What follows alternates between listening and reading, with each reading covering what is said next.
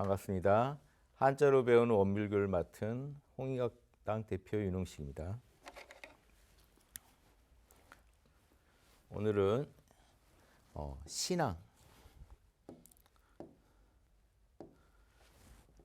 신앙에 대해서 먼저 알아보겠습니다. 요 앙자까지 믿을 신자도 한번 다뤘었는데요. 앙자까지 같이 해가지고 신앙이 어떤 의미로 이렇게 만들어졌는지 한번 보시죠. 신은 두 가지 의미가 있는 거예요. 전에도 말씀드렸는데요. 여기는 사람입니다. 그래서 사람이 서 있는 모습이고요. 요거는 말이죠. 입에서 위로. 이거는 윗상자를 의미하고요. 이 부분은 위쪽으로 기운이 나간다. 말이 나간다. 소리가 나간다. 소리를 기운으로 봤죠, 예전에. 그래서 소리가 이제 기운이 나간다고 본 겁니다. 그래서 입을 열고 말을 한 건데 이런 겁니다. 이게 지금 남한테 한 거거든요. 사람한테 말을 한 거다. 그래서 다른 사람한테 내가 말을 했을 때 다른 사람이 날 믿어주고 신뢰해 주는 게 믿음이고요. 그래서 내가 남한테 말을 했을 때 이렇게 말이 남한테 전달됐을 때 남이 믿어주는 게 믿음입니다. 그리고 반대로 남이 이렇게 말한 걸 내가 믿어주는 것도 믿음이죠. 그러니까 특히 이 종교적 신앙의 이야기는 남의 말을 믿는 문제죠. 내 말을 믿게 하는 문제가 아니라. 그래서 원래 이 믿을 신자는 그래서 성실하다는 뜻이 있습니다. 성실함. 왜냐? 말만 해도 남이 믿어준다는 거죠. 내가 항상 약속을 지켜왔다는 거. 말한 것에 대해서 반드시 실천을 해왔다는 거죠. 그래서 이 성실함이란 건 정성인데요. 그래서 이 믿을 신자는 정성성자랑 통합니다. 어떻게 통하느냐? 말을 하면 반드시 이룬다. 이게 정성입니다. 그래서 말만 하면 남이 믿어준다. 정성스럽기 때문에 말만 하면 남이 믿어준다. 즉 정성스러운 상태를 표현할 때도 쓰고요. 인의예지 신 할 때 신은 이런 의미입니다. 인의예지가 항상 정성스럽게 구현되기 때문에 남들이 믿어주는 모습입니다. 그 사람을 신뢰해주는 모습. 인의예지 신에서는요. 사랑, 정의, 예절, 지혜, 성실의 의미고요. 여기서 지금 신앙에서 신은요. 남의 말을 잘 믿는 걸 말합니다. 남이 말한 걸 가지고 깊게 믿어주는 거. 그래서 믿고, 신앙은요. 믿고 우러러보는 겁니다. 우러러보라 앙자는 원래 지금 이렇게 쓰여져 있죠. 원래 이 글자만 해도 이게 앙자입니다. 이게 여기도 이제 우러러보라는 뜻이 있는데요. 우러러보랑이라는 뜻이 있는데 나앙이라는 뜻도 있습니다. 나앙, 나라는 뜻. 나앙 이렇게도 이 글자를 보거든요. 그래서 여기도 지금 사람이죠. 여기도 사람인데요. 이 앞에 사람인 자를 빼고 보시면요.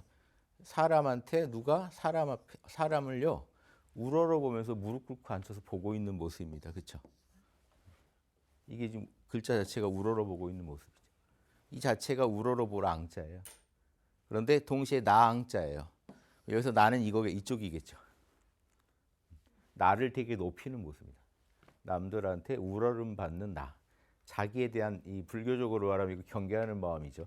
아만심, 자신을 높이는 마음에 가까운 글자인데요. 그런데 이게 이제 앞에 사람인 자를 더 보태가지고 사람을 우러러보는 이런 의미로 바뀌었습니다. 이게 이제 나를 뜻해 버리니까 본래의 취지인 우러러보다는 뜻을 더 살리기 위해서 사람인 자 하나를 더 보탠 겁니다. 그러니까 여기에 이미 우러러보다는 뜻이 다 있는데 사람인 자 하나를 더 보태가지고 우러러보다는 뜻을 더 강조한 겁니다. 그래서 사람을 우러러본다. 높은 사람을 우러러보고 있는 모습입니다. 그래서 신앙은 누군가를 믿고 우러러보는 건데요. 보통 사람을 이렇게 우러러보고 높이긴 쉽지 않죠. 그래서 이런 경우는 이제 우리가 종교적 대상에 대한 신앙을 얘기하는 거죠. 그래서 종교적 어떤 진리와 진리의 화신인 어떤 성인에 대한 믿음과 우러러봄 이렇게 보시면 되겠습니다. 신앙, 앙자도 이제 아셨어요. 요 사람인 편 빼고도 이쪽이 사람이었던 거예요. 그래서 이쪽이 지금 무릎 꿇고 있는 사람이었고요. 이 사람이 좀 이상하게 들어갔죠. 지금 그냥 사람의 모습이었는데 이상하게 들어가가지고 요 글자가 알아보기 힘들었는데 전서로 보면 보이시죠? 그냥 사람이 서 있었어요.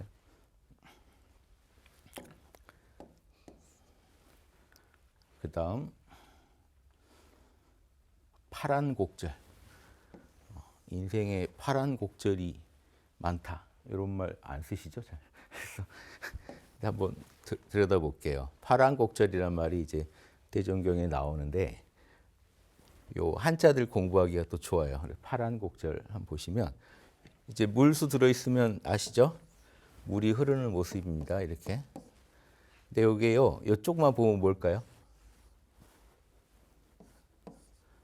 예전에도 다뤘던 것 같은데 가죽 피자입니다. 가죽 피자. 지금 보이시면 요게 변형이 또 많이 됐죠. 원래 본 글자를 보면 여기 손은 아시겠죠?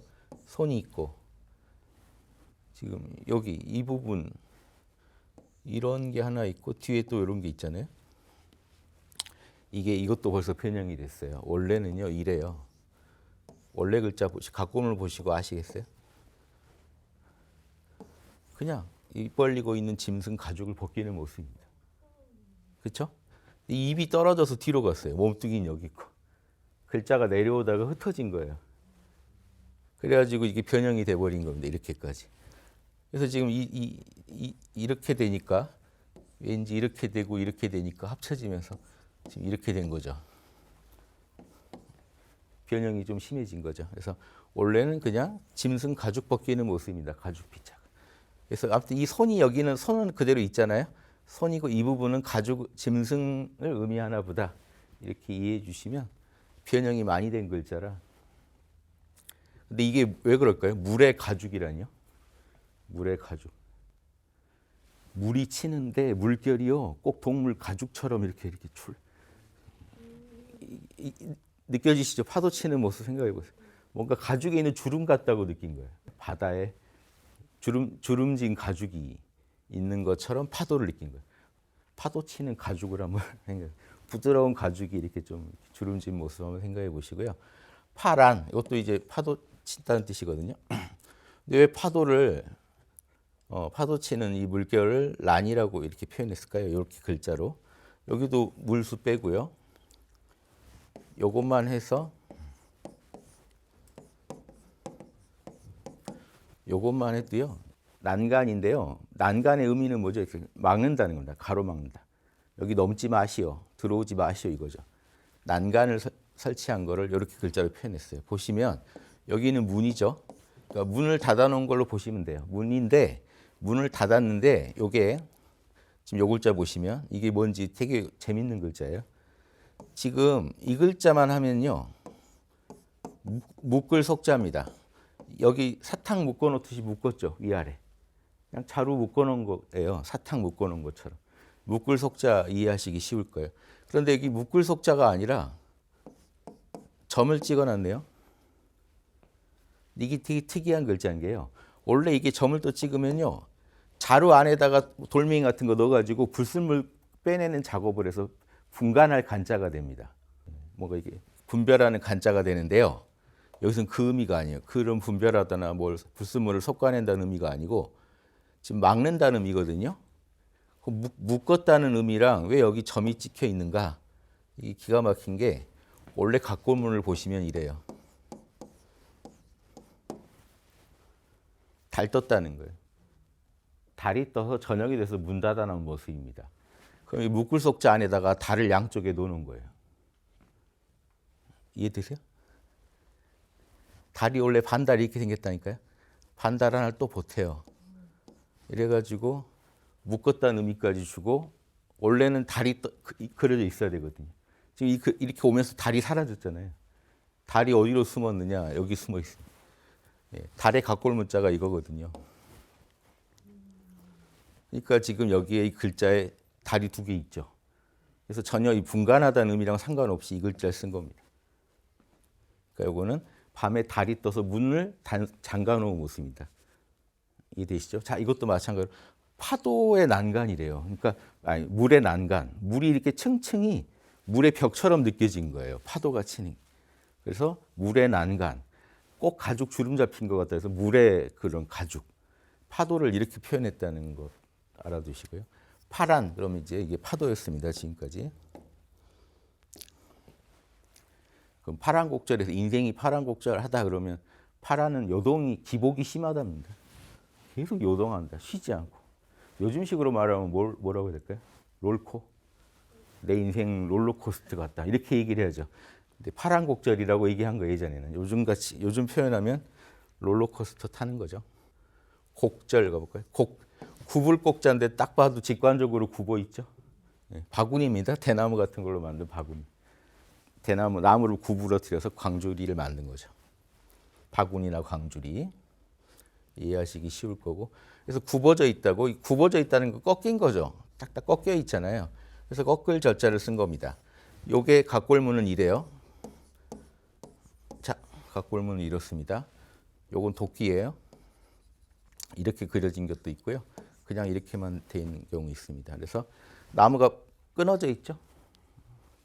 도끼로 나무를 끊는 겁니다. 끊을 절자예요. 요 도끼가 지금 변해가지고 변형이 심하게 됐죠. 근데 다시 해서에서는 원형에 가까워졌죠. 이런 경우는 참 다행입니다. 도끼, 이쪽이 도끼 날이에요. 도끼로 나무를 찍는다. 그래서 지금 이것도 변형된 게 이게 합쳐지니까 손수가 돼 버렸잖아요. 원래 손이 아닌데 끊어져 있는 이렇게 지금 나무들인데요. 풀이나 나무들인데 얘네가 시간이 지나서 글자가 이렇게 이어져서 써버리니까 지금 이거는 손수거든요. 그래서 손수자가 돼버린 겁니다. 지금 손하고 좀 사실 상관없는데 이런 경우는 원형 찾기가 힘들죠. 각골문을 못 봤다면. 그래서 나무를 끊는 겁니다. 끊을 절자. 그래서 뭔가 사물에 대해서 정확하게 끊어가지고 설명할 수 있는 걸 뭐라 그래요? 철학. 설명 탁탁탁 끊어서 설명 못하면 정확히 한 게 아니죠. 정확히 알면 끊어가지고 설명할 수 있고 또 종합도 할 수 있고 해야죠. 이 나무를 크게도 설명하고 쪼개서도 설명하고 할 수 있어야죠. 이렇게 이해해 보시면 파란곡절. 그래서 기복이 심하고 인생이 엄청 구부러지고 꺾어지고 하는 그런 상태. 파란곡절하다 그렇습니다. 이런 표현도 하나 알아두시고요. 근데 여기서 중요한 게요. 우리 중용에서 나오는 한자거든요. 중용. 그래서 되게 의미가 있어요. 이 용자 알아둔다는 게. 중용이요. 유교 최고의 경전인데 중도를 걸으라는 거죠. 항상. 중도를 걸으라는 중자랑 중도를 걸으라면 중자 하나에 다 들어있거든요. 이 중도의 핵심이요. 희노애락. 저기 원불교 무시선이랑 똑같습니다. 이 중자 하나로 유교는 다 설명했어요.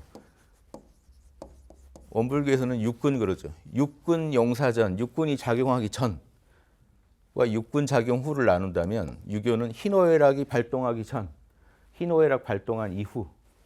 그래서 미발, 발동하기 전,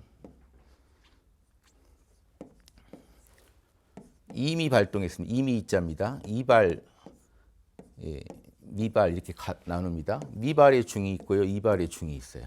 이 이발의 중을 화라 그래요. 조화. 즉 희노애락, 육군이 발동하기 전에는 일심으로 깨어 있으면 되죠. 딱 천하의 중심을 잡고 있는 겁니다. 우주 만물의 중심 자리에 있다가 희노애락이 발동할 때는요. 조화를 이루어야 돼요.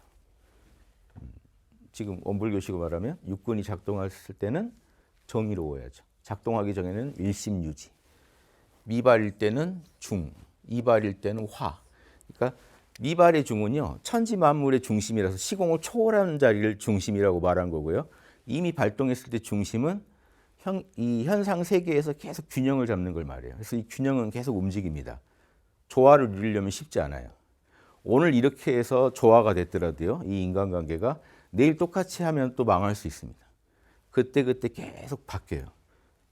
현상 세계는 계속 변화하는 세계니까 변화에 맞춰서 계속 변화하는 이 중을 화라 그래요. 계속 조화를 이루는.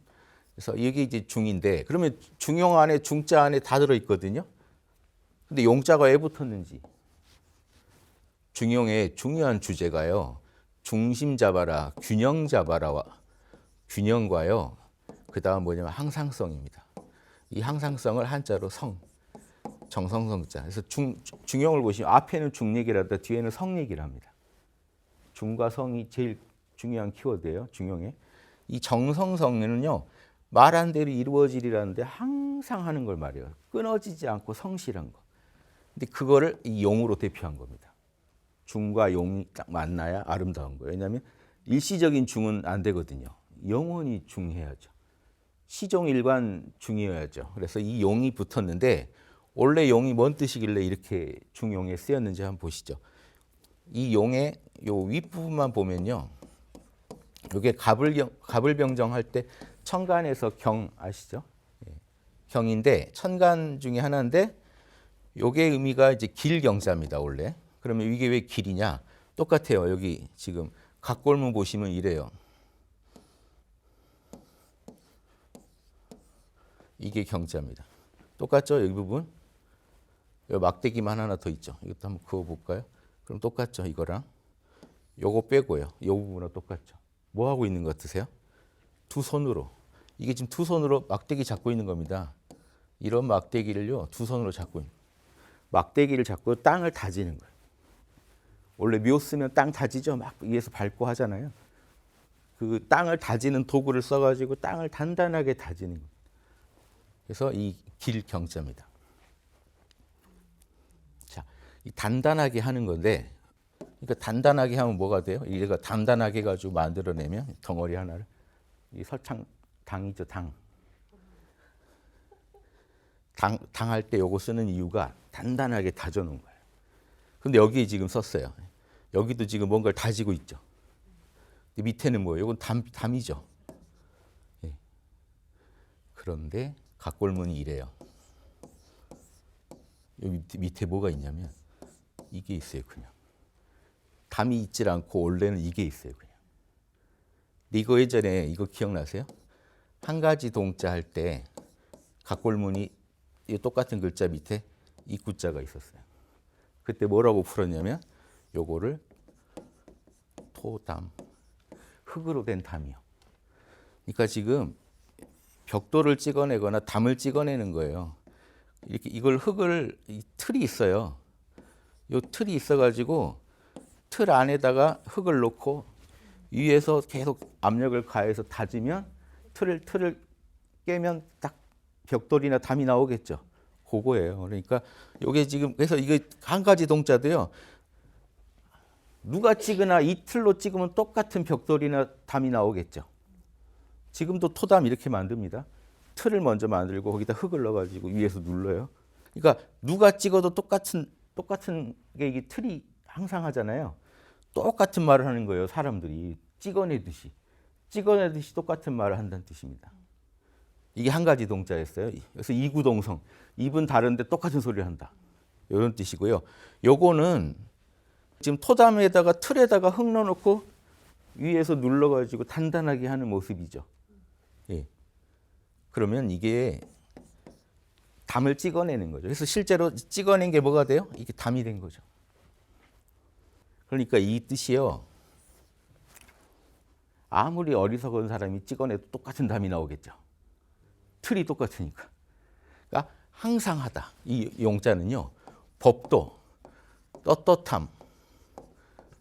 한문에서 법도다, 떳떳하다 이런 말은요. 항상 하다랑 항상 함께해요. 영원한 법도, 틀이 있잖아요. 틀, 공식이. 이 공식으로 적용하면 뭐든지 똑같이 풀리는 거예요. 그렇죠?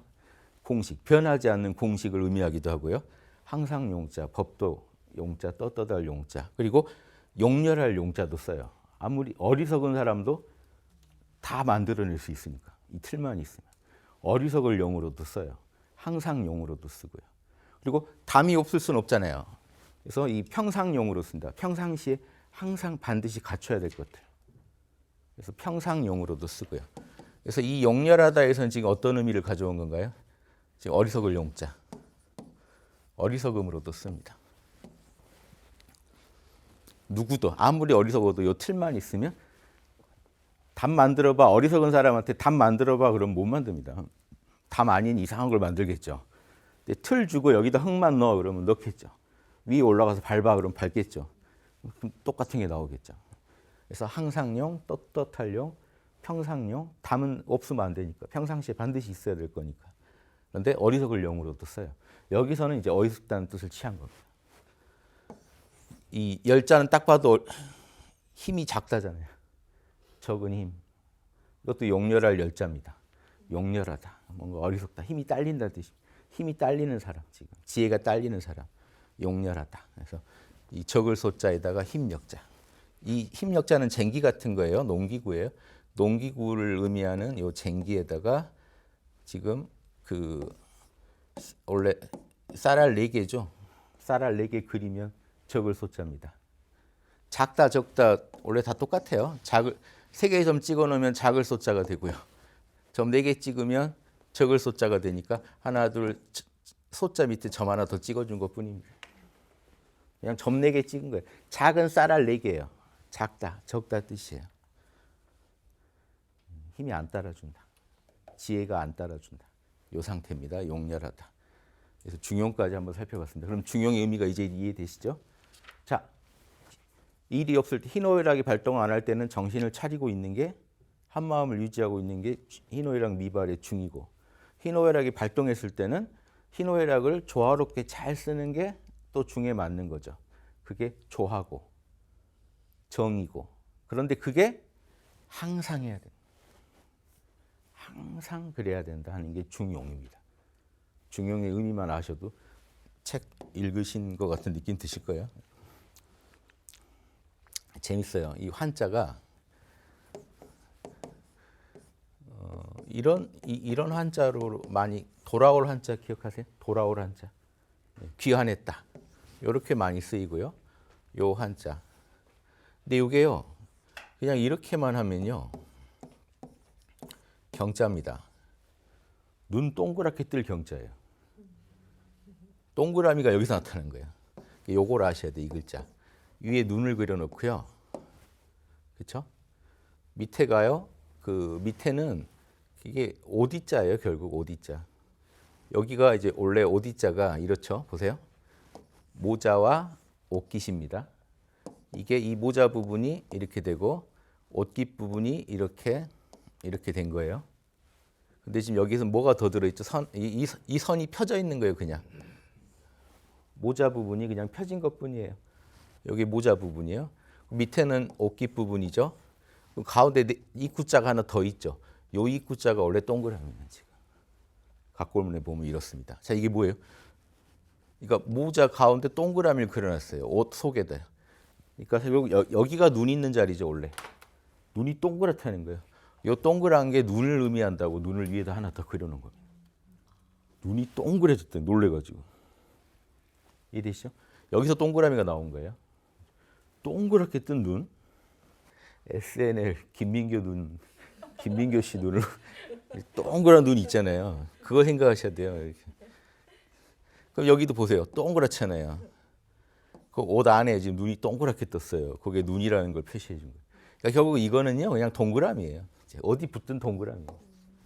이렇게 한자를 갖다 씁니다. 이 글에서 어떤 특징 하나를 잡아내가지고 그 특징의 의미를 이제 이용해서 다양한 글자를 만들어낸 거예요. 지금 여기는 옥이 하나로 한 줄로 꿰져 있는 거죠. 옥인데 옥 옆에다가 동그라미를 표시하고 싶은 거예요. 그냥 이 한자를 쓴 거예요. 그러니까 눈이 동그랗다는 뜻을 갖고. 그럼 이게 뭐겠어요? 둥그런 옥이요. 둥근 옥. 둥근 옥이나 이렇게 둥근 옥. 가운데가 비어서 빙 돌고 있는 옥. 그러니까 나를 중심으로 해서 빙 둘러싼 내 주위를 지금 두를 환. 옥이나 환을 의미하게 된 거예요. 두르다는 의미. 그리고 여기서는요. 돌아올 수밖에 동그랗게 도니까. 여기 서 있으면 돌아오죠, 얘가. 동그랗게 갔다가 돌아오더라 다시. 다 이게 동그랗다는 의미입니다. 그래서 나를 중심으로 내가 서 있는 자를 중심으로 나를 빙 둘러싼 이 환경. 두를 환자가 됩니다. 나를 빙 둘러쌀 환자. 환경은 생명체를 둘러싸고 있는 사회적 이런 자연적 상황과 조건을 말합니다. 이 조건이 환이고요. 그래서 나를 둘러싸고 있는 경계를 말합니다. 경계. 대상들. 대상이라는 뜻이죠. 이 경이라는 건요. 경계라는 의미는요. 타자라는 뜻이에요. 타자. 그리고 대상. 그러면 이 대상을 누가 인식하죠? 인식하는 주체가 있겠죠. 이 인식하는 자가 자아죠. 나와 타자. 나와 타자가 어떻게 나냐면요. 인식하는 자가 나고 인식되는 게 타자입니다. 그게 경계고 대상이에요. 그러니까 경계를 만났다는 건 내가 알아차리는, 내가 인식하는 대상이면 다 경계예요. 생각도 내가 인식하면요, 생각도 경계예요. 감정도 내가 초연하게 한 걸음 떨어져서 보면 감정도 경계예요. 바라보는 자의 대상이 됐잖아요. 인식의 대상이 됐잖아요. 알아차림의 대상이 된 거를 지금 경계라고 합니다. 그래서 날 둘러싸고 있는 6가지 경계. 그러니까 우리 육군의 대상이 되는 걸 뭐라고 부르죠?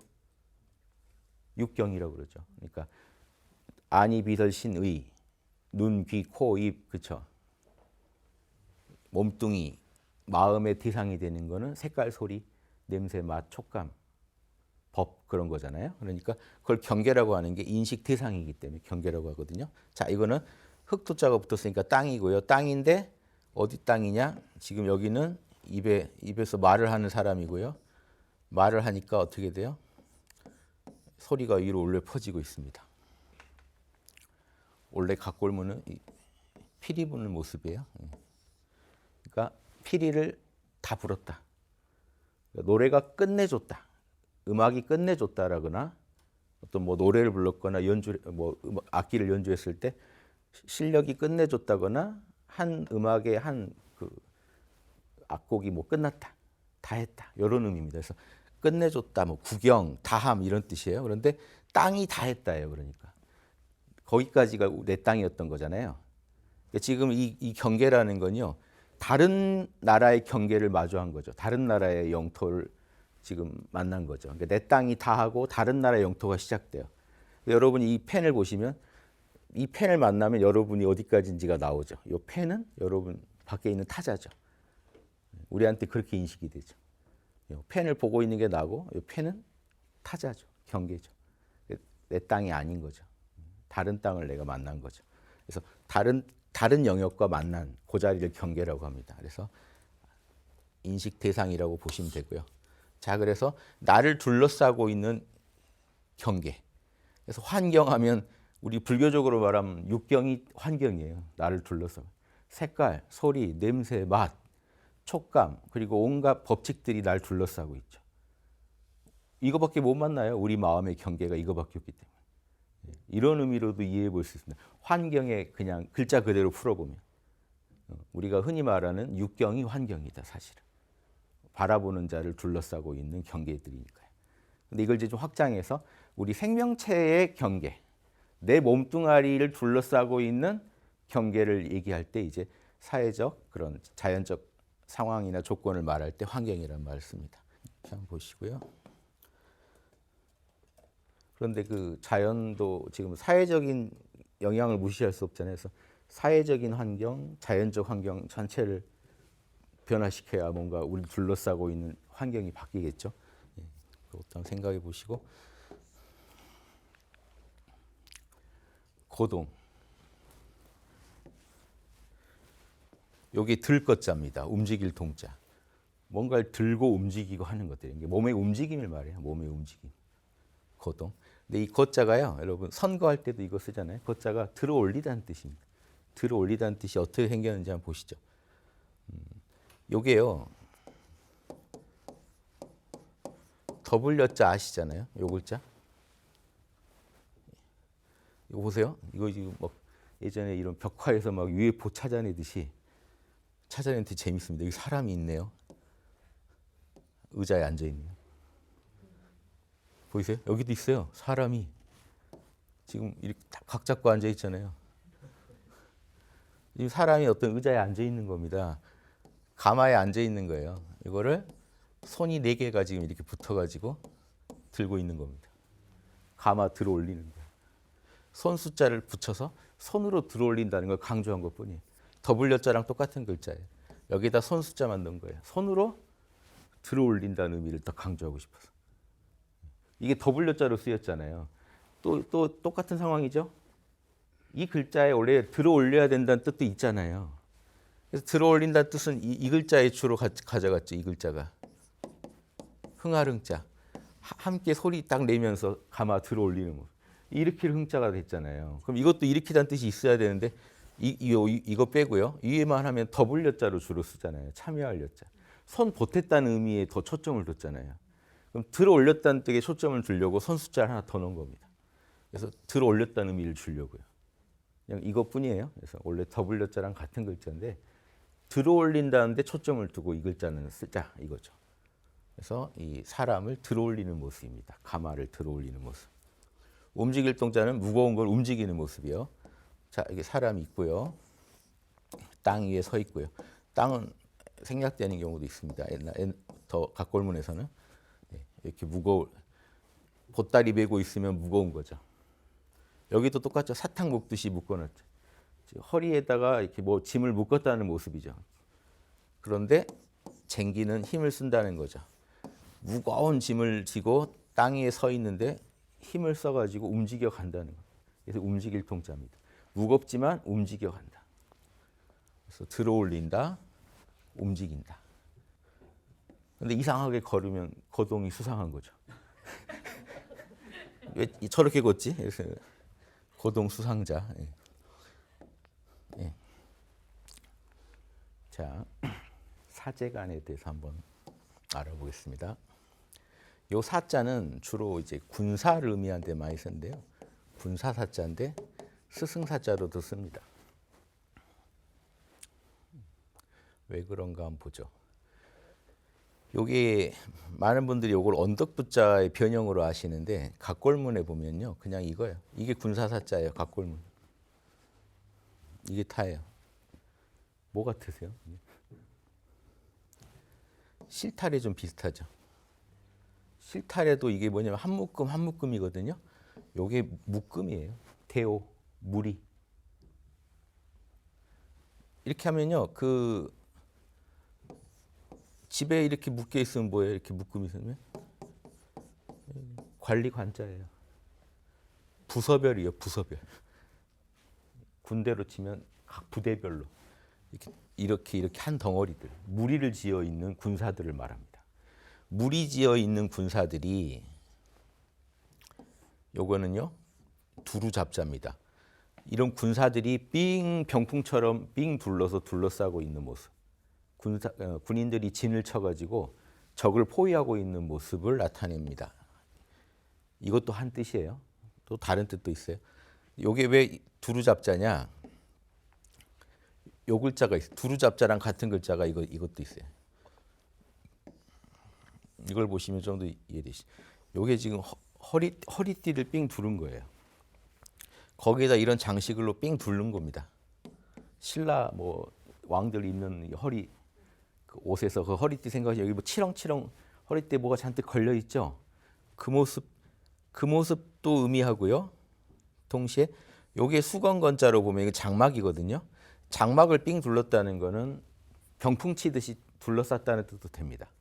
허리띠에 장식을 이렇게 건 모습도 되고요. 장막을 둘러싼 모습도 된다. 이 수건건 이거를 장식으로 안 보고 수건건 의미 그대로 보면 이건 장막이거든요.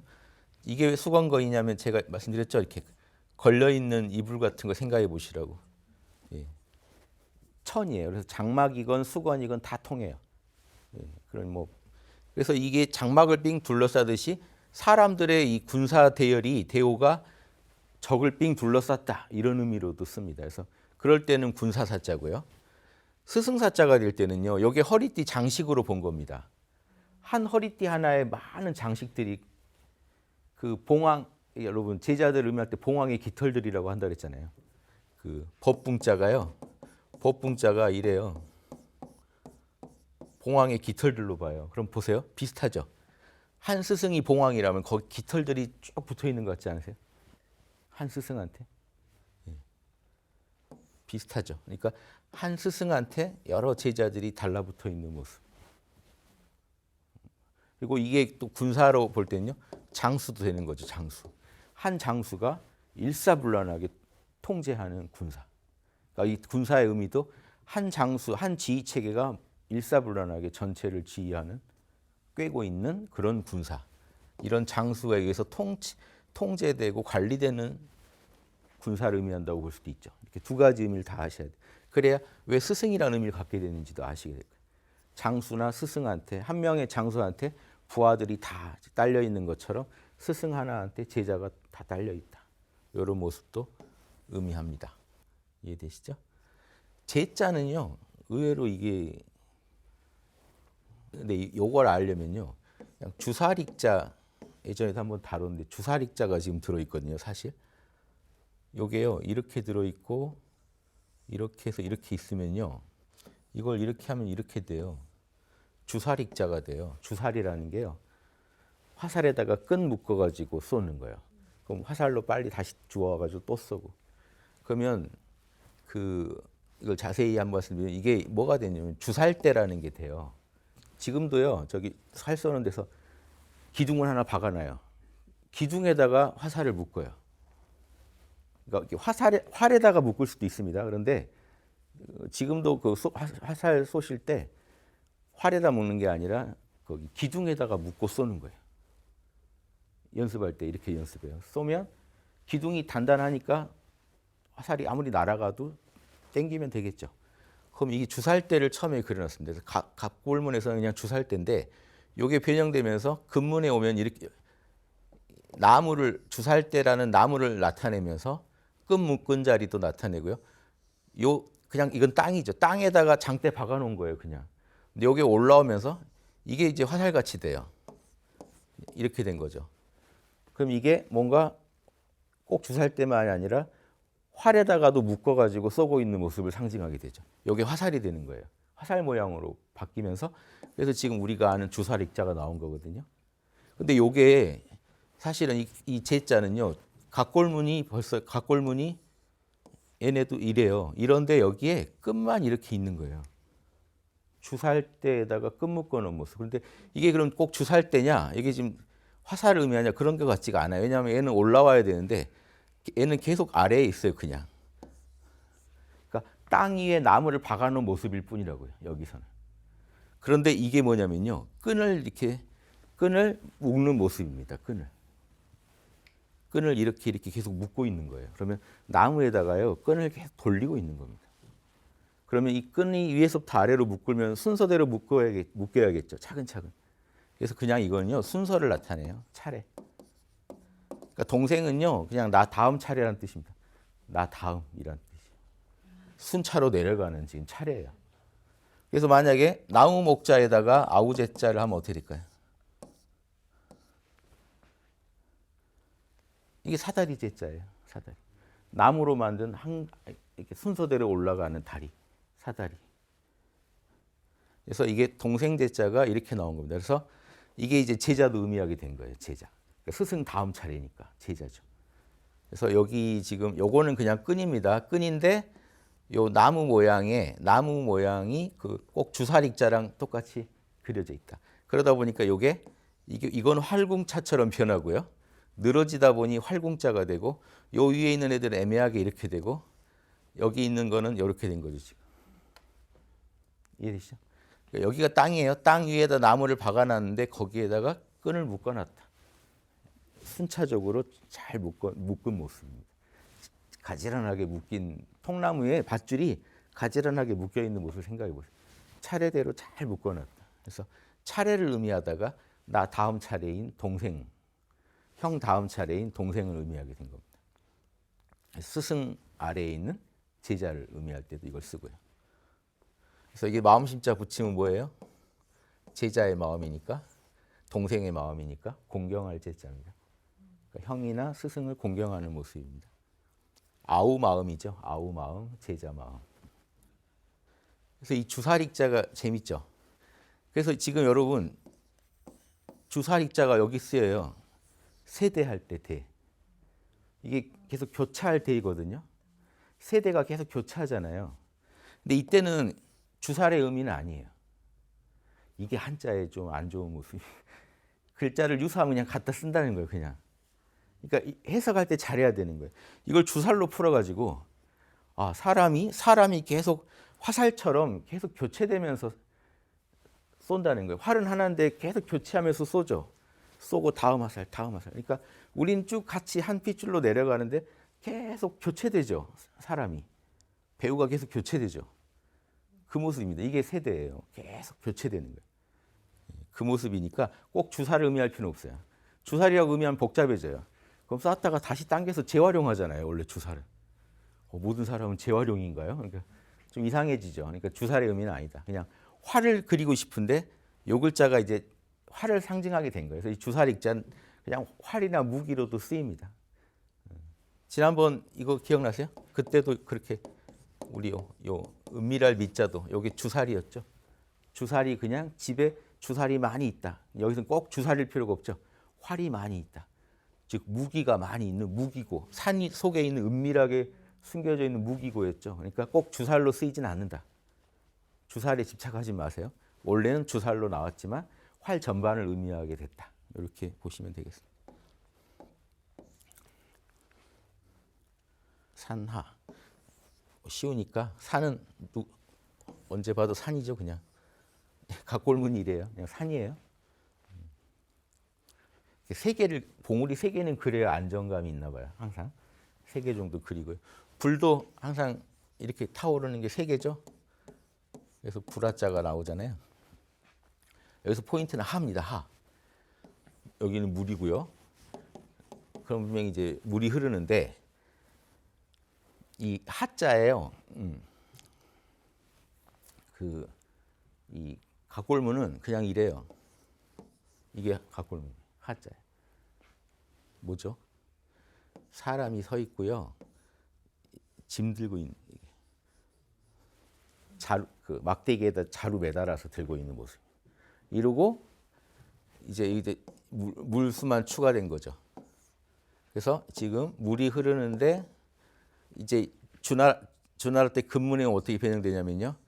입을 벌리고 있는 사람이 이렇게 있고요. 이렇게 바뀌어요. 그게 지금 이렇게 지금 된 건데요. 요게 뭐냐면 그러니까 짐 들고 물을 건너고 있는 사람이죠. 이 하천은요. 강하고 하의 차이가요. 강이 더 커요. 하가 더 작아요. 하는 물을 걸어서 건너고 있어요. 짐 들고. 요게 지금 어찌 하자가요. 어찌 하자도 똑같아요. 지금 사람이 이거죠. 짐 들고 있는 모습이죠. 예. 똑같아요. 어찌하자. 그러니까 어찌하자는요. 짐 들고 이렇게 있으면서 서로 물어보는 거예요. 너 뭐 얼마나 무겁냐? 어떠냐? 어찌하자입니다. 이거 했었죠 한번. 새롭죠? 근데 여기는 물을 건너고 있어요. 짐 들고. 그냥 걸어서 건널 만한 거를 이런 물이 흐르는 것을 하라고 하고요.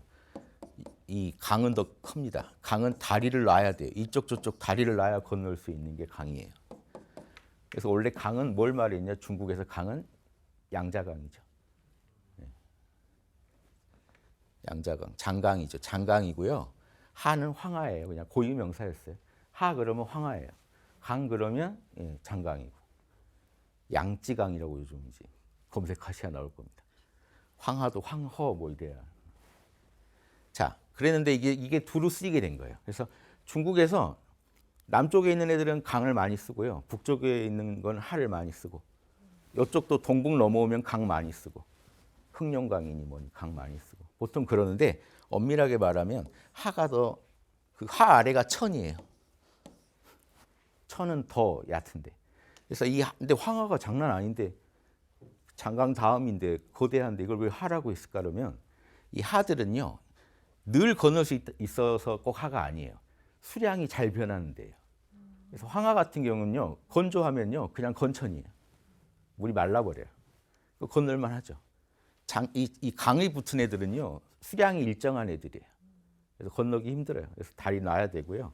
하는 잘하면 건널 수 있는 곳들. 수량이 변화가 심하고 되게 구불구불해요. 그러다 보니까 이렇게 잘 말라요. 좀 비가 덜 오면. 강은 비교적 이렇게 도도하게 흐르는 물 수량이 충분한 그런 곳을 말합니다. 한자로 이해하시면 쉽죠. 여기 짐 들고 건너는 모습입니다. 여기 입구가요. 뭔가 물어보는 말도 되고요. 짐도 되고요. 여기 묻는 이 입구 그려놓은 게요. 뭔가 물어본다는 뜻도 되고 짐을 의미하기도 하고요. 들고 있는 짐을 의미하기도 하고 이렇게 보시면 되겠습니다. 마치겠습니다. 감사합니다.